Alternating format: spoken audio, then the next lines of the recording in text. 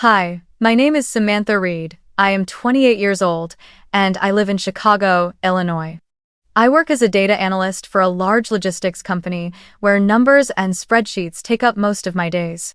I have never been the type who enjoys noise or attention, and perhaps that is why my family has long grown accustomed to seeing me as a shadow, quiet, diligent, but never mentioned. On the first night of December, as snow fell heavily outside my window, covering the streets of Lincoln Park, I curled up on the sofa with a mug of hot cocoa in my hand when my phone began to vibrate. The caller was my mother. At first, I thought it was a reminder about the Christmas gift list or a simple check-in, but her voice was more distant and colder than ever. "You are banned from Christmas until you apologize to your sister, Jessica." Other section. Through the background noise coming from the phone speaker, I could clearly hear the clinking of glasses, the cheerful sounds of Christmas music, and the laughter of my whole family. A party was happening somewhere in suburban Evanston, inside my parents' two-story house that had been decorated with twinkling lights since the beginning of the month. Only I was left on the outside. I tried to stay calm and asked why, though my heart was pounding. My mother answered with a tone as firm as if she were delivering a sentence. I had embarrassed Jessica at her birthday party in October when I accidentally mentioned the enormous credit card debt she had been hiding. I never intended to shame her. I simply could not keep pretending to smile while the whole family praised her success, knowing full well that I had often been the one scrambling to cover payments and conceal her recklessness. My throat tightened. Not out of fear, but from the bitterness rising inside me. Jessica, the golden child, always protected by our parents, allowed to make mistakes as many times as she wanted and always forgiven. And me, the other daughter, the one who for years had shouldered almost every household bill, from electricity, internet, and car insurance, to the hospital expenses after Dad's heart surgery. I did it all in silence, never expecting anyone to know, never asking for thanks. And yet now, just because I spoke a truth everyone else avoided, I was cast out of my own home at Christmas.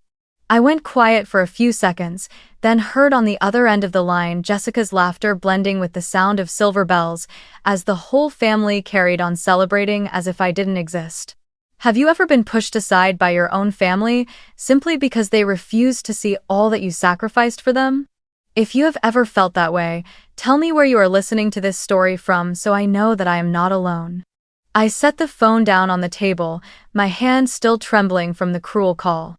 The sound of my family's laughter echoed in my head, forcing me back into old memories, into wounds I had long hidden beneath a facade of strength. I remembered my years at the University of Michigan, where I was both a full-time student and a part-time worker at the library and a small cafe on State Street to cover tuition and rent.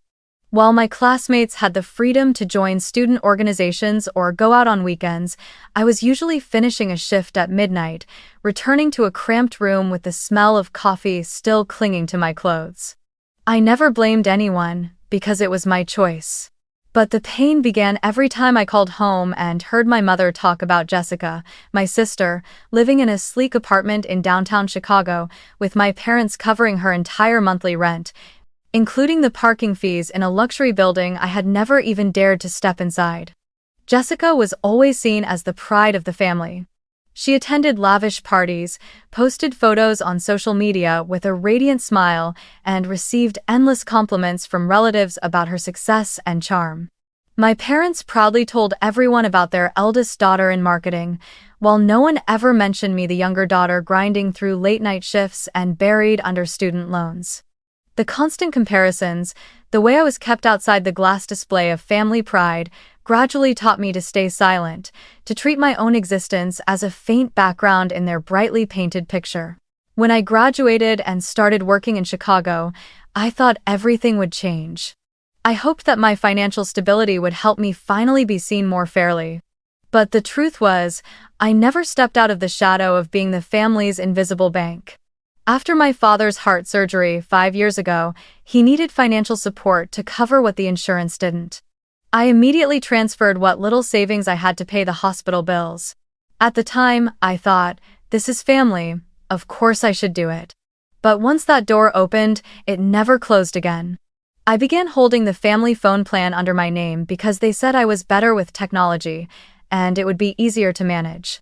Every month, money was automatically pulled from my account to cover calls, texts, and data that I rarely used myself. Then came the car insurance, when my parents missed a payment deadline and I stepped in again. They promised they would pay me back, but those promises faded as quickly as cigarette smoke at a weekend party. Jessica, of course, became a regular customer of my wallet. Sometimes she forgot her credit card payment, other times she threw an extravagant birthday party while still owing installments on a designer bag. I transferred her money again and again, always under the same promise. I'll pay you back next week. But when the next week came, all I saw were new photos of her on Instagram, at the spa, sipping cocktails at a rooftop bar, traveling in Florida, while I was carefully counting every dollar just to keep up with my student loan payments. The family's internet bill also fell on me. Once, I even helped pay part of Jessica's rent when she said she was going through a temporary rough patch. Each time, I comforted myself by thinking at least I was helping, that I could endure just a little more. But over time, I realized no one saw it as a sacrifice. To them, it was simply an obvious obligation I had to fulfill because I was more stable. The most painful part wasn't the money, but the way they treated my help as a given, even looking down on me for not living extravagantly or flaunting wealth the way Jessica did. At family dinners, when I drove up in my old Honda Civic, my parents would gush about Jessica's new car, praising how it was worth every penny. I once overheard my father half joke, half say in earnest, "Jessica really has a bright future, and Sam, well, at least she knows how to juggle numbers." They never realized it was those very numbers, the checks and the bank accounts in my name, that kept the entire family from sliding into debt. Every time I was left out of conversations, I felt like a backstage worker, the one handling the lights, the sets, the tickets, but never allowed to step onto the stage. The name Samantha Reed was rarely spoken as a source of pride. Instead, I was the bookkeeper, the frugal one, the child who doesn't cause trouble.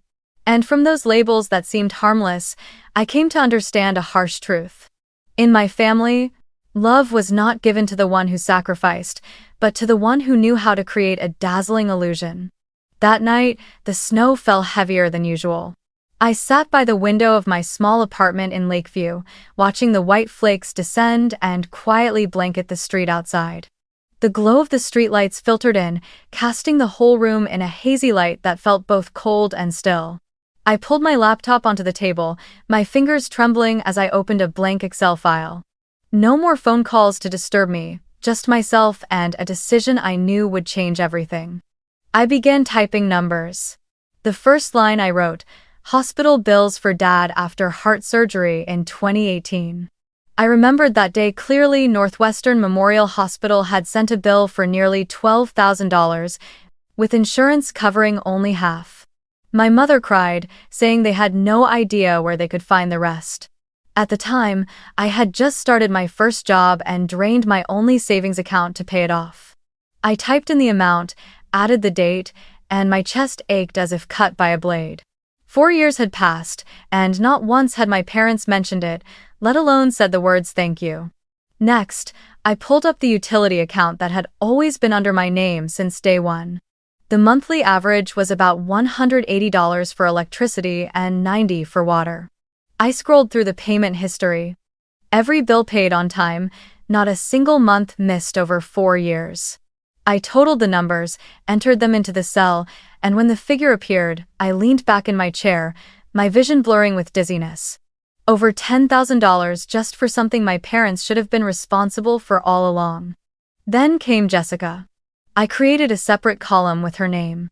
The temporary loans she took from me were always wrapped in the same promise. I'll pay you back next week. But week after week, all that remained were curt text messages and the photos she posted of vacations, manicures, and dinners at expensive restaurants. I wrote down each amount: $500 to cover that month's rent, $700 for an overdue credit card bill, $350 for an emergency flight to Florida. All of it added up to a figure I no longer had the courage to read aloud. Finally, I added the credit card payments I made just before their deadlines. Each time, either my mother or father would call with urgent voices. "You just need to front it, we'll pay you back right away." But that right away never once arrived. I had an entire trail of confirmation emails from the bank, proof of the times I used my own card to cover their recklessness. After 3 hours, my spreadsheet was filled with numbers, dates, explanations, and names of those who had benefited. When I pressed the total cell, the final number appeared, $39,642. I stared at it, my heart pounding as if each digit were a slap across my face. Nearly $40,000 in 4 years, enough to buy myself a new car, put down a deposit on a small apartment, or pursue an MBA program. But instead, it had vanished into my family's bills, Jessica's indulgences, and expenses no one would ever acknowledge. I clicked Save As and titled the file Family Expenses 2018-2022. I printed out every page and slipped them into a cheap folder I had bought at Walgreens. Each sheet rustled like a reminder of another cut across my heart. I paused, took a deep breath, and thought of Grace, my mentor at work. She once told me during a private meeting, "Samantha, boundaries aren't cruelty, they're love with a backbone. If you keep carrying everything, you won't just burn out, you'll also rob them of the chance to learn responsibility." At the time, I just nodded it off. But now, her words echoed in my mind louder than ever. I set the folder down on the table, leaned back in my chair, and stared at the Christmas lights shining from the apartment across the street. In that moment, I knew I had made a decision I could never take back. I was going to turn Grace's advice into action. I would cut everything. The cards, the plans, the auto pays. If they saw me as a living bank, then that bank was closing for good. I picked up a pen and wrote a short line on the cover of the folder. "This is what I have done for everyone, and this is what I will no longer do." The letters were shaky but firm. I closed the folder, and as a cold draft slipped in through the door, I suddenly felt a little lighter. Not because the pain had vanished, but because for the first time, I knew I was taking control of my own life. A week before Christmas, when all of Chicago was glowing with lights and "All I Want for Christmas" echoed through every cafe, I began cutting things off step by step. A part of me still trembled inside, because for years I had grown used to being the firefighter, used to the fear that, if I don't pay, everything will collapse. But then I remembered the number $39,642 on that spreadsheet. It wasn't just money. It was the years I sacrificed sleep, opportunities, and pieces of my youth to patch holes that were never mine to fill. The first step.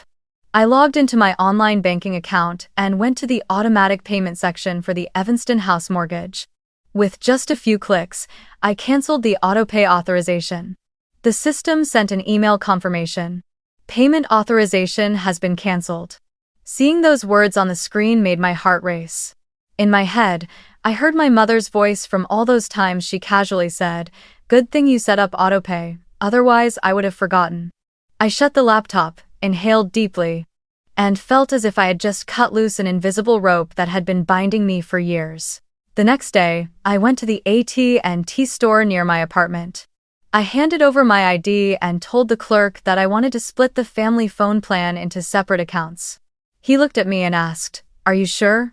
Right now the account has 4 active lines." I nodded, my hand tightening around my purse. "I just want to keep my own number. The others can open accounts under their own names." The process took almost an hour, but when I signed the final form, I felt a cool rush sweep through my body. For the first time in years, I was no longer paying for calls, texts, and video chats I never made. Next came the electricity and internet bills. I logged into my ComEd and Xfinity accounts and removed my card from the payment options one by one. I remembered so clearly the times my mother said, "Oh, the connection is so fast, you're so good at picking this plan." Never realizing it was me struggling to pay for the premium package just so Jessica could stream movies and work remotely without interruptions. When the words, "No payment method on file" appeared on the screen, I leaned back in my chair, closed my eyes, and felt as though a heavy weight had finally lifted from my shoulders. The hardest part was canceling the supplementary credit card Jessica still used. I called the bank, provided my account details, and requested immediate cancellation. The representative asked, "Are you certain? The supplementary cardholder has made multiple transactions this month." I gave a short laugh and said, "That's exactly why I need it canceled." When the agent confirmed the card had been deactivated, I imagined Jessica swiping it at some boutique only to see the word "declined" flash on the screen. The thought left me both sad and strangely relieved, as if justice had finally been served within the small boundaries of my own world. I didn't want my family to fall into complete chaos. A part of me still carried some feeling for them, even if it had been worn thin. So I prepared a detailed folder, almost like a survival manual.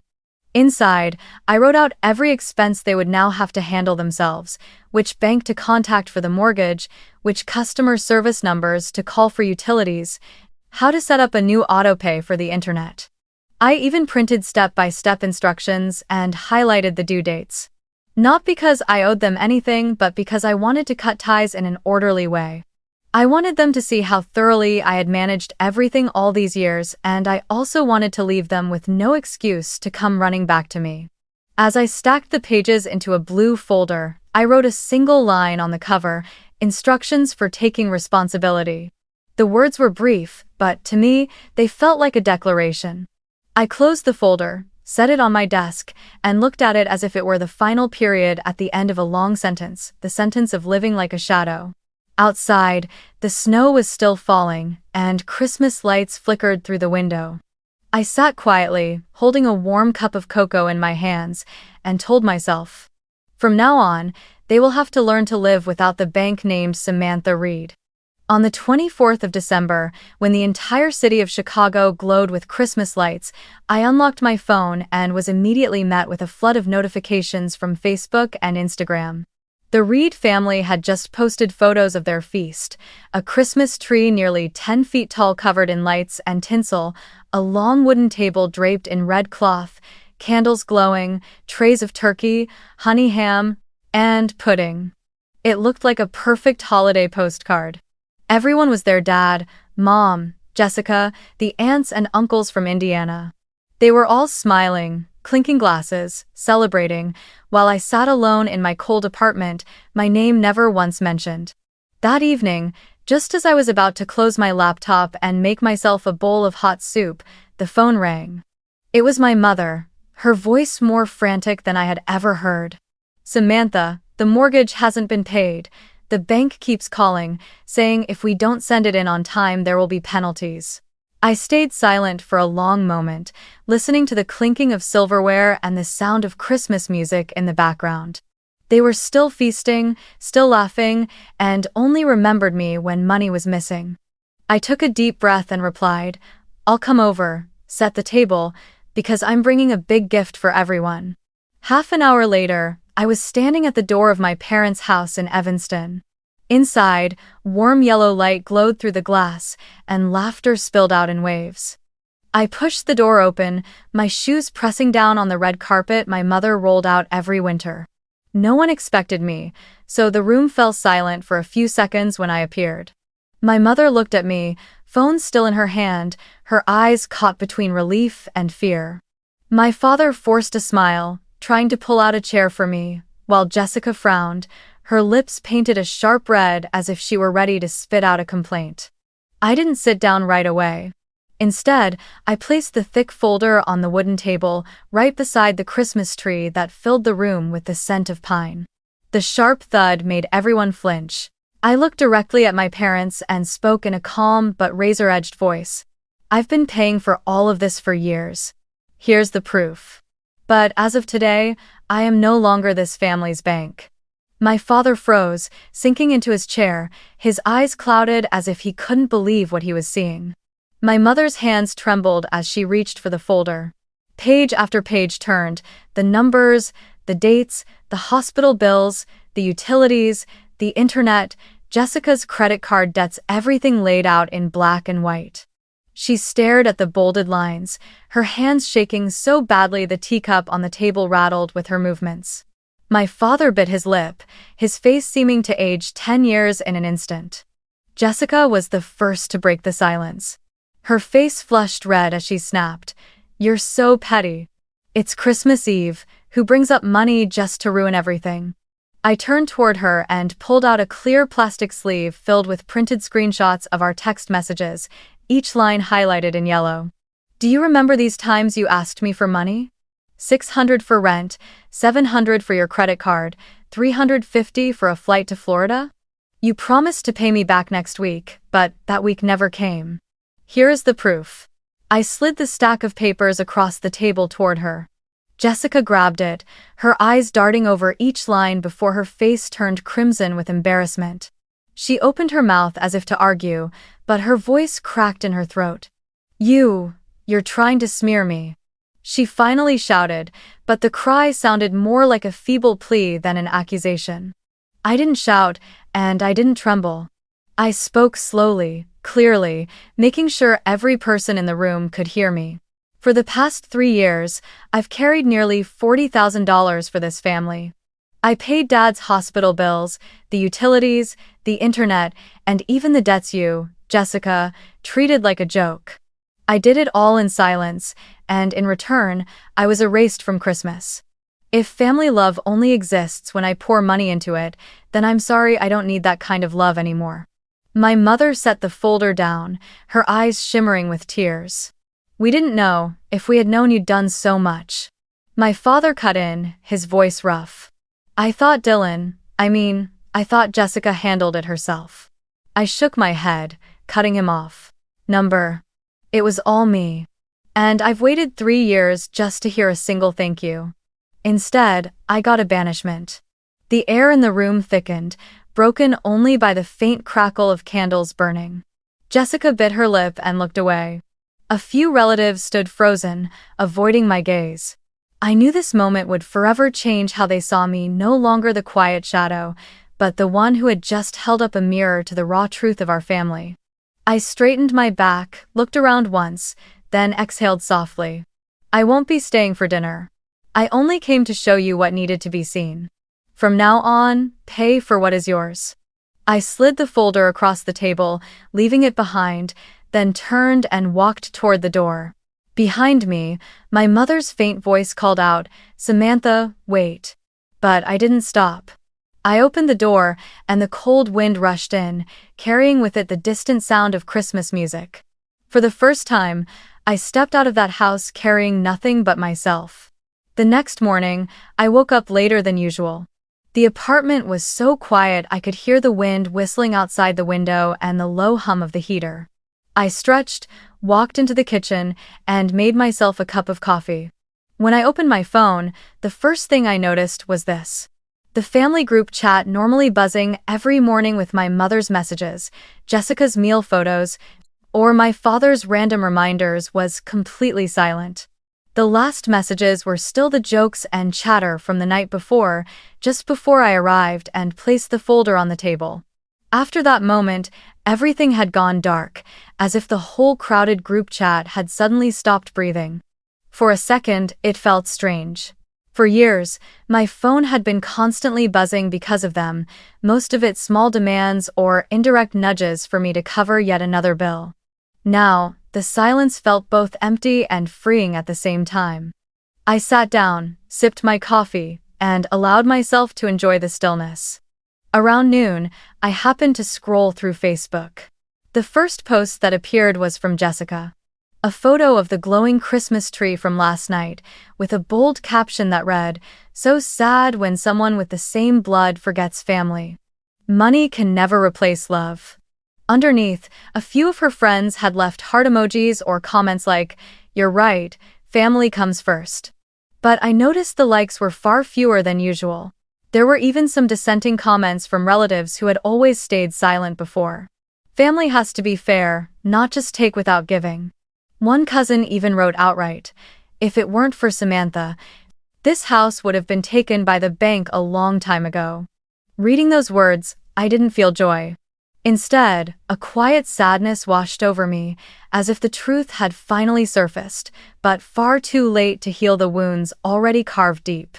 Jessica would no doubt be furious about losing the halo she had always basked in, but I no longer had the energy to care.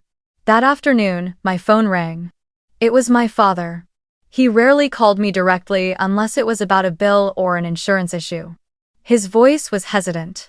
"Sam, I need to ask you something.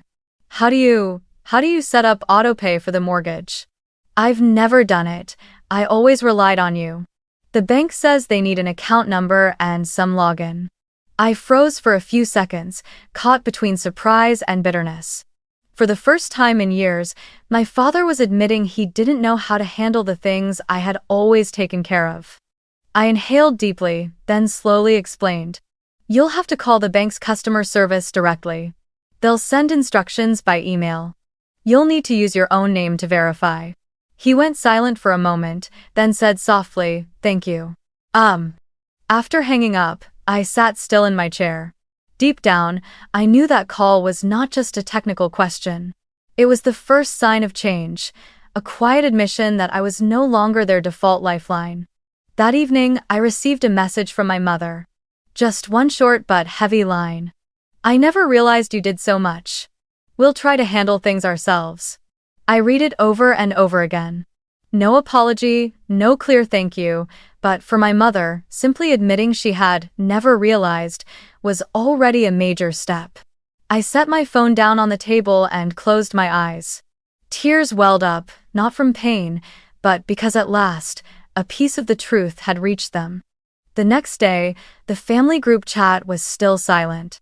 No more constant notifications, no more playful messages, only a long, heavy quiet. I began to realize something. The truth carries its own power. It doesn't need me to shout, it doesn't need me to beg. All it needed was for me to place it on the table, and it would reshape the way everyone saw things on its own. And in that shift, for the first time, I felt I was no longer small. In the days after that confrontation, I noticed a strange emptiness in my life. My phone rang less, my inbox no longer flooded with payment reminders. My small apartment in Lakeview suddenly felt bigger, brighter, as if I had thrown open a door and let the wind rush in. At first, that silence unsettled me. I had grown used to being pulled in every direction by demands, to my heartbeat spiking every time the phone rang, to the guilt that washed over me whenever I said no. But gradually, I understood that this silence was not a loss, it was a gift. I began to focus on my own future. One afternoon, while snow fell thick outside the window of a cafe near my office, I sat in front of my laptop and pressed submit on my application for the part-time MBA program at Northwestern University. It was something I had dreamed of for years but always pushed aside, thinking I had to save money for my family instead. When the confirmation email arrived, my heart pounded as if I had just crossed a threshold.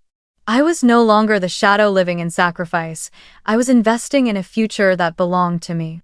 I also created a new fund.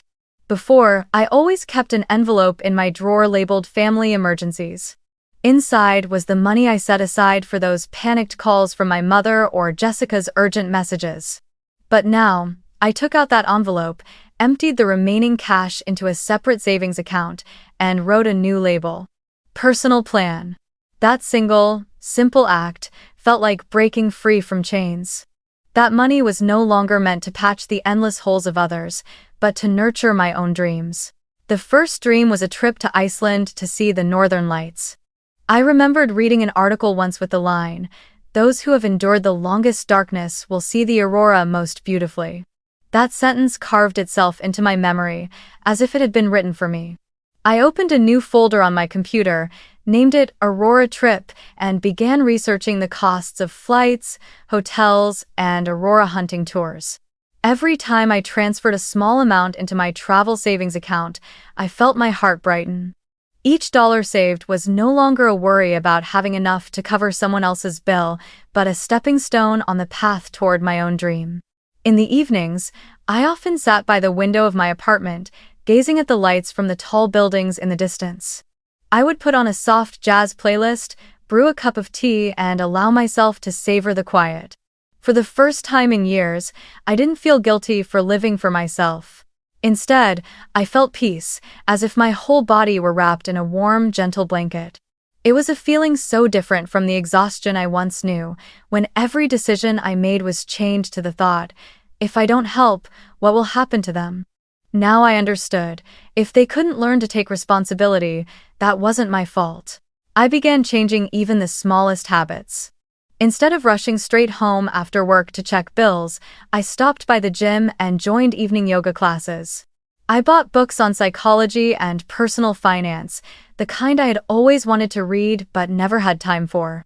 On weekends, I experimented with cooking, inviting a few close colleagues over, and realized I could build a new family with people who truly valued me. One evening, Grace, my mentor at work, invited me out to dinner. I told her everything, from the Excel spreadsheet to the folder I placed on the table. Grace listened, then smiled. "Sam, you've done what many people never dare to do in their entire lives: set boundaries. You didn't just save yourself, you gave them the chance to grow. Never forget this: love is not paying someone else's bills." I laughed, tears rolling down my cheeks faster than I could wipe them away, because it was the first time someone told me I had done the right thing, instead of accusing me of being too harsh. End of verse. That night, I went home, opened a brand new notebook, and wrote in bold letters on the first page, "I have the right to live for myself." I taped that page to my refrigerator so that every morning when I woke up, I would see it. And each time I read it, my heart felt a little lighter. It wasn't that I no longer loved my family. I still cared, I still worried, I still remembered the warm memories of childhood. But I had learned that real love is never tied to the numbers in a bank account. I no longer felt guilty for keeping money for myself, no longer thought I was selfish for saying no. Instead, I felt stronger, freer, and more at peace than ever before. As New Year's Eve approached, with Chicago glowing under holiday lights and stores on Michigan Avenue packed with last-minute shoppers, my phone rang. It was my mother. I hesitated before picking up, my heartbeat quickening. For weeks, she had only sent a few short messages, never daring to call directly. This time her voice came through, stripped of its usual authority or commanding tone, carrying instead a trace of hesitation. "Sam, if you want, there's a seat for you at the dinner table tonight. I think you should come home." I stayed silent for a few seconds, listening to the music and the clinking of dishes in the background. The whole family was probably gathered, preparing for the New Year's Eve dinner. A part of me still longed to sit at that table, to be part of that atmosphere. But another part reminded me, an empty chair does not equal love or respect. I gripped the phone tighter and asked slowly, "Is there respect too, Mom, or just a chair?" The other end went quiet for a long time. I could almost picture her sitting in the kitchen, eyes darting around, unsure how to answer. At last, she said, I don't know yet, but I'll try." That night, I didn't go home. I stayed in my apartment, cooked myself a bowl of pasta, and put on an old movie on Netflix. When fireworks began bursting across the Chicago sky, I stood by the window, sipping a glass of red wine, and told myself, not being there doesn't make me any less their daughter. But accepting a seat without respect would only mean allowing myself to be diminished again. I chose silence as part of my new boundary. A few days later, my father called me. He rarely did, and when I heard his voice, I realized it was unlike any other time before, no longer firm, but tired, tinged with sincerity. "Sam," he began, then paused for several seconds as if searching for words. "I'm sorry for treating you like a wallet. You saved this family so many times, but I never once said thank you. I was wrong." I tightened my grip on the phone, my eyes stinging. For years, I had never heard my father say the words, "I'm sorry," to me. He had always maintained a strong, sometimes imposing image. Now, he lowered his voice and admitted it. I didn't respond right away. I took a deep breath, then answered softly, "I know, thank you for saying it." His voice shook. "I want to learn how to handle things myself. But if there are times I don't do it well, I hope you'll be patient. I let out a small laugh, a rare smile free of bitterness. Dad, I don't want you to be perfect. I just want to be respected. I stayed silent for a few seconds, hearing the music and the clinking of dishes in the background. The whole family was probably already gathered, preparing for the New Year's Eve dinner. A part of me still longed to sit down, to be part of that atmosphere. But another part reminded me, an empty chair does not equal love or respect. I gripped the phone tighter and asked slowly, "Is there respect too, Mom, or just a chair?" The silence on the other end stretched on. I could picture her sitting in the kitchen, glancing around, unsure how to respond. At last, she said, I don't know yet. But I'll try. That night, I didn't go home. I stayed in my apartment, cooked myself a bowl of pasta, and put on an old movie on Netflix. When fireworks began bursting in the Chicago sky, I stood by the window, sipping a glass of red wine, and told myself, not being there didn't make me any less their daughter. But accepting a chair without respect would only mean allowing myself to be diminished again. I chose silence as part of my new boundary. A few days later, my father called me.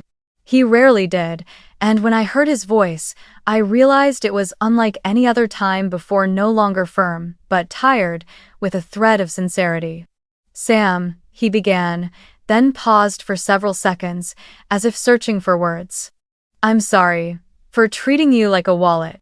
You saved this family so many times, but I never once said thank you. I was wrong." I gripped the phone, my eyes stinging. For years, I had never heard my father say the words, "I'm sorry," to me. He had always carried himself as strong, even domineering. Now, he lowered his voice and admitted it. I didn't respond right away. I just took a deep breath and answered softly, "I know. Thank you for saying that." His voice shook. "I want to learn how to take care of things myself, but if there are times I don't get it right, I hope you'll be patient." I let out a small laugh, a rare smile free of bitterness. "Dad, I don't need you to be perfect. I just want to be respected." Hawatri. A year passed quickly. This Christmas Eve unfolded in silence, no clinking glasses, no loud music, yet in my small apartment there was a peace I had never known before. I sat in the armchair by the window, holding a cup of hot cocoa, eyes drifting out to the street. Strings of lights hung along the road, glowing against the thick snow blanketing the sidewalks. Families walked by carrying gifts, their laughter echoing, stirring in me memories of past Christmases, but not warm ones, only a deep scar. I remembered clearly the moment last year when my mother called after the party and said, "We saved you a portion. It's on the porch, come pick it up." I drove through the snowy night, stopped in front of the house, and saw a foil-covered plate left on the frozen steps. On it were a few slices of cold turkey, a hardened scoop of mashed potatoes, and a cracked cookie. I stood there for minutes, my hands numb, my chest tight. I remembered the neighbor's cat circling the plate, as if even it was surprised a human being could be treated that way. I left the food where it was, got back in my car, and drove away. In that moment, I understood I hadn't just been excluded from the table, I had been excluded from family itself. Now, as I gazed at the Christmas lights outside my window, I quietly promised myself never to return to being an outsider like that again. I had learned a costly lesson. True love never needs to be bought with money or silence. If the price of a seat is paying the bills, or living as a shadow just to belong, then that isn't love at all, it's a cruel transaction. And I no longer wish to take part in those transactions. I set my cocoa down on the table and reached for the blue folder on the bookshelf. It was still there, neatly tucked away, like a quiet reminder.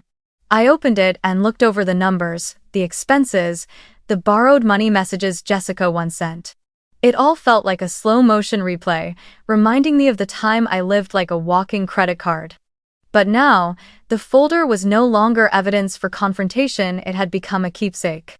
It reminded me that I had once been drained, once been dismissed, and it reminded me too that I had found the courage to stop. I want to share this with anyone listening to my story. Setting boundaries is not selfish, it is how you protect yourself. For years, I misunderstood, thinking love meant enduring, tolerating, sacrificing without condition. But now, I see the truth is the opposite. If you allow others to step across your limits again and again, you don't just lose their respect, you lose yourself. Setting boundaries doesn't mean you abandon your family or stop caring. It means you love them in a way that gives them the chance to take responsibility instead of consuming your life. I also want to remind you, love should never be bought with money or silence. If you find yourself always the one paying, always the one apologizing when you've done nothing wrong, always the one staying quiet to keep the peace, then stop and ask yourself, is that truly love? Family is not a financial contract, nor is it a play where you must pay admission just to be present. Real love must come with respect, with listening, not with bills and bank balances. And finally, I want to say the most important thing. If your family only sees you as a walking credit card, have the courage to pull the plug. I know it's hard. My hands shook when I canceled autopay. I cried when I cut off Jessica's supplementary card. I felt hollow when the family group chat suddenly went silent. But after all of it, I found something I had never had before. Peace. Peace in waking up and knowing the money I earned would serve my own dreams. Peace in no longer living with the fear of what will happen to the family if I don't pay. Peace in knowing that, for the first time, I was no longer a shadow. On New Year's Eve, I sat in my apartment, the lights from the small tree in the corner reflecting on the wall. I don't yet know where I will spend next Christmas.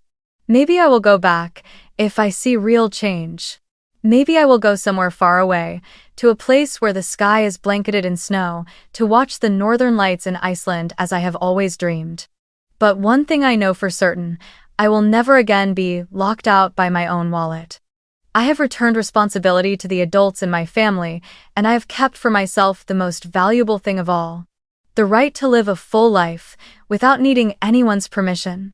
I raised my cup of cocoa, looking out the window as the first sparks of fireworks lit up the Chicago sky. I smiled a small smile, but a true one.